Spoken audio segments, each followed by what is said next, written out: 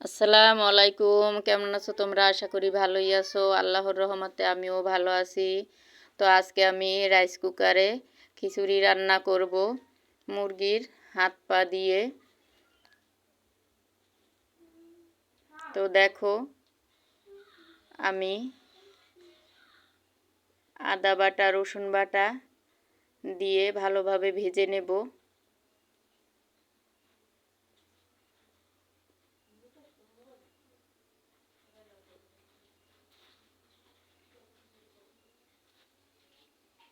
সাথে কিছু গরম মশলাও দিয়ে দিয়েছি।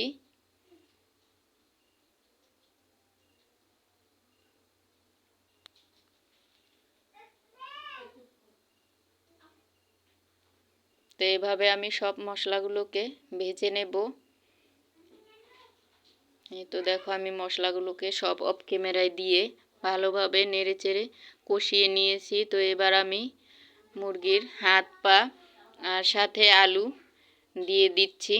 এগুলো আমি ভালোভাবে নাড়িয়ে চাড়িয়ে মিশিয়ে নেব।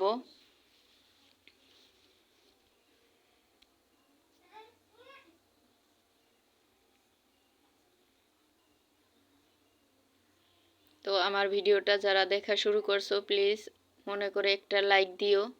তোমার একটা লাইক আমার কাছে অনেক মূল্যবান।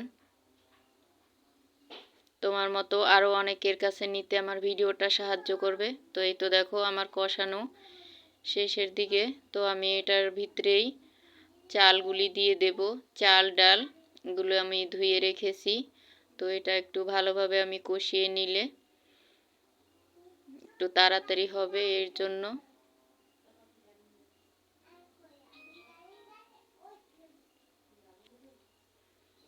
তো এই তো আমি চালগুলো সব দিয়ে দিচ্ছি।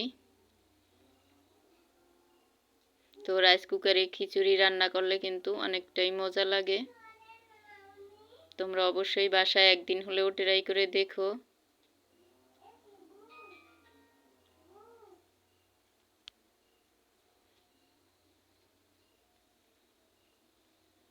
তো আমি পরিমাণ মতো পানি দিয়ে দিচ্ছি।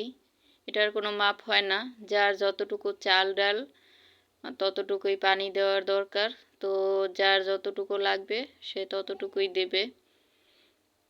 চাল বেশি হলে তো পানিও বেশি লাগবে, আর যদি চাল কম হয় তাহলে পানিও কম। তো আমি এটাকে ভালোভাবে নাড়িয়ে চাড়িয়ে মিশিয়ে নেব।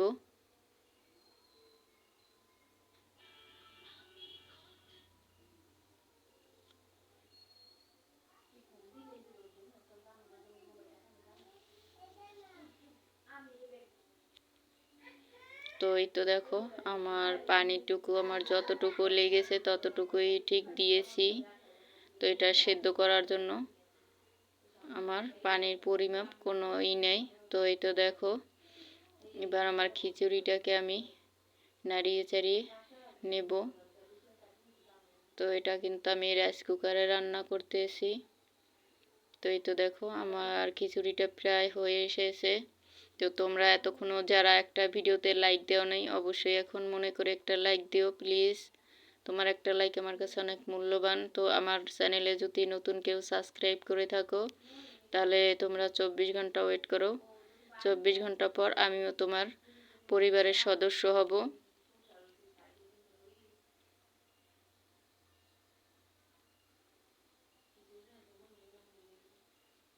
তো আজকের ভিডিও এ পর্যন্তই। দেখা হবে পরের ভিডিওতে। সবাই ভালো থেকো। আল্লাহ হাফেজ।